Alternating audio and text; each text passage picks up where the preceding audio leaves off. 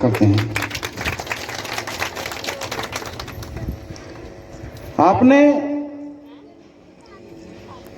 लोगों को जोड़ने का एक प्रयास, एक अभियान जो चलाया है, सराहनीय है। हम खासकर इसके लिए ऋतिकेश भारती उर्फ मंटू और ईश्वर दयाल जी को बहुत बहुत धन्यवाद देते हैं। आप ऋतिकेश भारती को तो अदा कदा इस रोड पर चलते हुए देख लेंगे, लेकिन ईश्वर दयाल पर शायद ही नजर आएगा। इस क्षेत्र में ये भभुआ जिला के निवासी हैं। अब तक बिहार के लगभग 18 जिला का सघन भ्रमण कर चुके हैं। उत्तर प्रदेश, बंगाल, नेपाल तक इनका संपर्क है अपने लोगों के बीच में। ये उनका संक्षिप्त परिचय है। यदि आप समाज से जुड़े रहे तो आप विशेष रूप से जान पाएंगे कि ईश्वर दयाल कौन है। मेरे ऊपर एक जवाबदेही दी गई है, सामाजिक आर्थिक जो कठिनाइयां हमारे सामने में है उस पर विचार रखा जाए। मंच पर बैठे हुए हमारे जितने लोग हैं, आप जिस जगह पर खड़े हैं, जिस जगह पर बैठे हैं, जिस जगह मतलब ये पंडाल नहीं, सामाजिक स्तर पर जहां आप हैं, जितनी समस्याओं को आप झेल रहे हैं, इस मंचासीन सभी हमारी भाई बहन समस्या को झेल रहे हैं। उन्हीं में से निकले हुए ये लोग हैं। अंतर सिर्फ क्या है? अंतर है कि आप सोचना नहीं चाहते अपने लिए भी, और ये सोचते हैं समाज के लिए। यही अंतर है। हम तमाम युवा साथियों से, युवा बच्चों से आग्रह करेंगे कि आप भी अपनी सामाजिक जवाबदेही को समझें, उसको स्वयं की जवाबदेही माने, और जहां भी आपको समस्या नजर आए आप उसके समाधान की दिशा में आगे बढ़ने का प्रयास करें। समाधान के रास्ते दिखाने वाले आपके बगल में आकर बैठे हैं। समस्या उन तक पहुंचाने का प्रयास किया जाए। हम एक एक कर कम शब्दों में बात रखने का प्रयास करेंगे। आप में ऊर्जा डालने के लिए मैं एक चीज यहां पर कहना चाहूंगा। यहाँ पर एक व्यक्ति पटना से चलकर आए हुए हैं। नाम है रविंद्र भूषण जी। जरा सा हाथ उठा लीजिएगा। रविंद्र भूषण जी हैं। विशेष परिचय मैं इसलिए देना चाह रहा हूं कि आप कहते हैं कि हम बच्चों को पढ़ा कैसे पाएंगे, कैसे पढ़ाएं। समस्या का समाधान हम बाद में बतलाएंगे। आप ये सोचते हैं कि कैसे पढ़ाएं। इनके माता पिता ने इन्हें पढ़ाया और आज ये उस मुकाम पर हैं जहां पर अच्छे को पहुंचना नामुमकिन होता है, नहीं पहुंच पाते हैं। ये हैं प्रोफेसर पटना विश्वविद्यालय में, और खासकर पटना कॉलेज के प्रोफेसर हैं ये। यदि पटना कॉलेज के प्रोफेसर हैं तो विद्वता तो होगी, काबिलियत तो होगी, तभी वहां पहुंच पाए हैं। इस संबंध में थोड़ी सी बात रख दूं, व्यक्तिगत, हालांकि व्यक्तिगत बात है लेकिन समाज में ऊर्जा देने वाली बात है। ये पटना विश्वविद्यालय से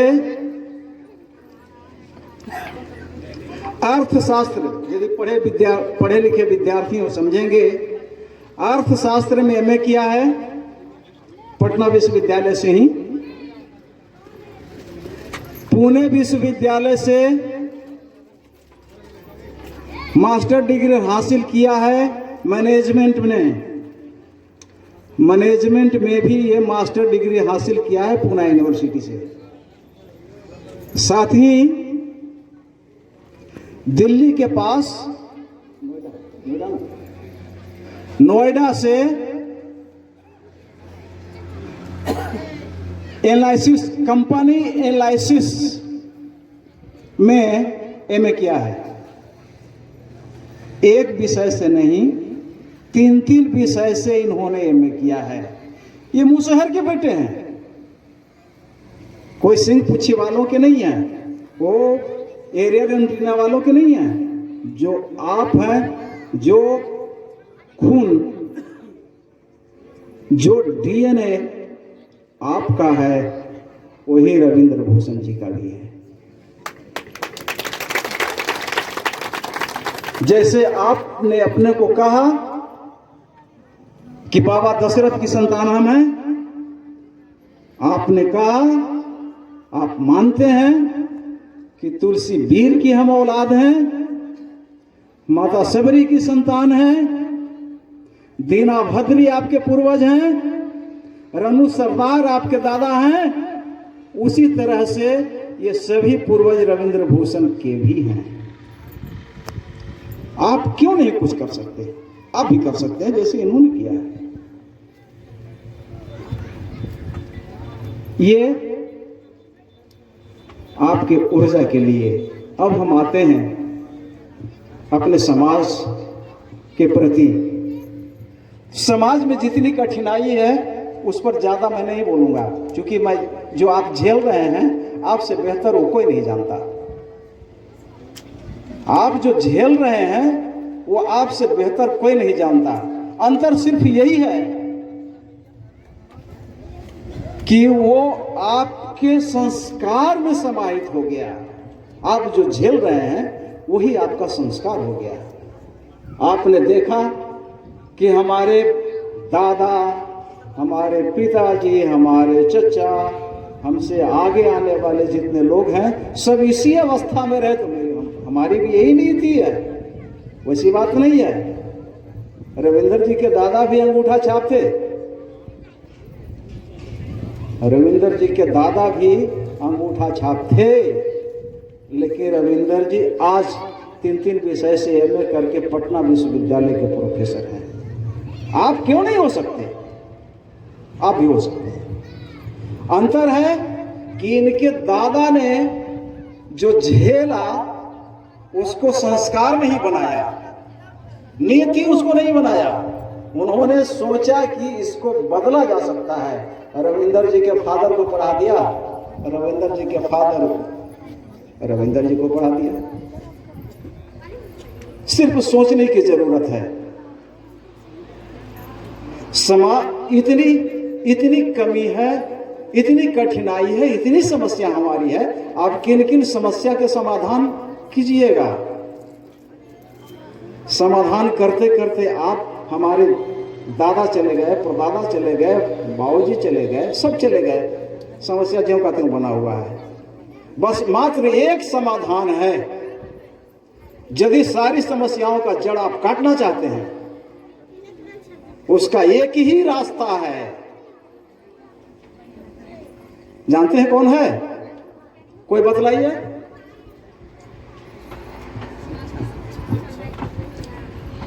एक भाई साहब ने जवाब दिया, मात्र एक ही रास्ता है, एक ही हथियार है जिससे आपकी सारी समस्याओं का समाधान हो जाएगा, और वो साधन है शिक्षा। वो साधन शिक्षा है। आप शिक्षित हो जाइए, बच्चों को शिक्षित कर दीजिए। यदि 1-1 रुपया जमा कर दिया, बच्चों को किताब लाया जाए, तो क्या उससे उसके कपड़े नहीं हो जाएंगे? उसके पढ़ने की व्यवस्था नहीं हो जाएगी? आप कहेंगे कि स्कूल में मास्टर नहीं पढ़ाता है, तो जरा शिकायत कर दीजिए मेरे पास। मेरे पास केवल ये कह दीजिए कि बच्चों को भेजते हैं और वो पढ़ाता नहीं है, फिर उसको हम देख लेते हैं कि कैसे वो मास्टर रह जाता है। नहीं रहने देंगे। ये वादा मैं करता हूं आपसे कि जहां से शिकायत मिलेगी कि हमारे बच्चों को मास्टर साहब नहीं पढ़ाते हैं, तो वो नौकरी नहीं कर पाएंगे, वो मास्टर का पैसा वेतन नहीं उठा पाएंगे। तो मास्टर पढ़ाएंगे आपको बच्चों को, पहले बच्चों को भेज कर तो देखिए। आपने भेजा नहीं, शिकायत कैसे कर दीजिए। शिक्षा ही एक हथियार है। बाबा साहब का आपने फोटो लगाया, बाबा साहब का जो मूल मंत्र है उसको हम लोग महामंत्र बोलते हैं। बाबा साहब ने जो 3 मंत्र रखा अपने जीवन के अनुभव का, वो महामंत्र है। लिख तो दिया, शिक्षित बनो, संगठित हो और संघर्ष करो, लिख तो दिया। आप उसको रट गए, 1000 बार बोलते हैं, लेकिन क्या उस पर चलने का प्रयास भी कभी किया है? जरा पढ़ा करके तो देख लीजिए। पढ़ने से पहले यदि आप संगठित हो गए, आप कुछ नहीं कर पाइएगा। पढ़ने से पहले यदि आपने संघर्ष शुरू कर दिया, आप कुछ नहीं कर पाएंगे। लेकिन पढ़ करके यदि संगठित हुए तो सभी जगह आप सफल होंगे।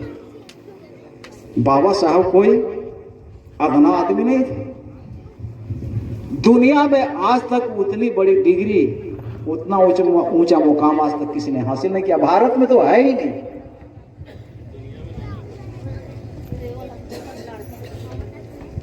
इनको उपाधि मिला हुआ है knowledge, symbol of knowledge. Symbol of knowledge की जानकारी विश्व ने दिया है बाबा साहब को। इसलिए वो तो हम लोग से भी गए बीते थे। उनके बाप दादे, उनके पुरखे को आप पढ़ करके देखिए, हम लोग से भी बीते हुए थे। लेकिन वो जहां जिस मुकाम पर पहुंचे, शिक्षा के माध्यम से पहुंचे। इसीलिए शिक्षा ही एकमात्र हथियार है जिससे आप सारी लड़ाई जीत लेंगे।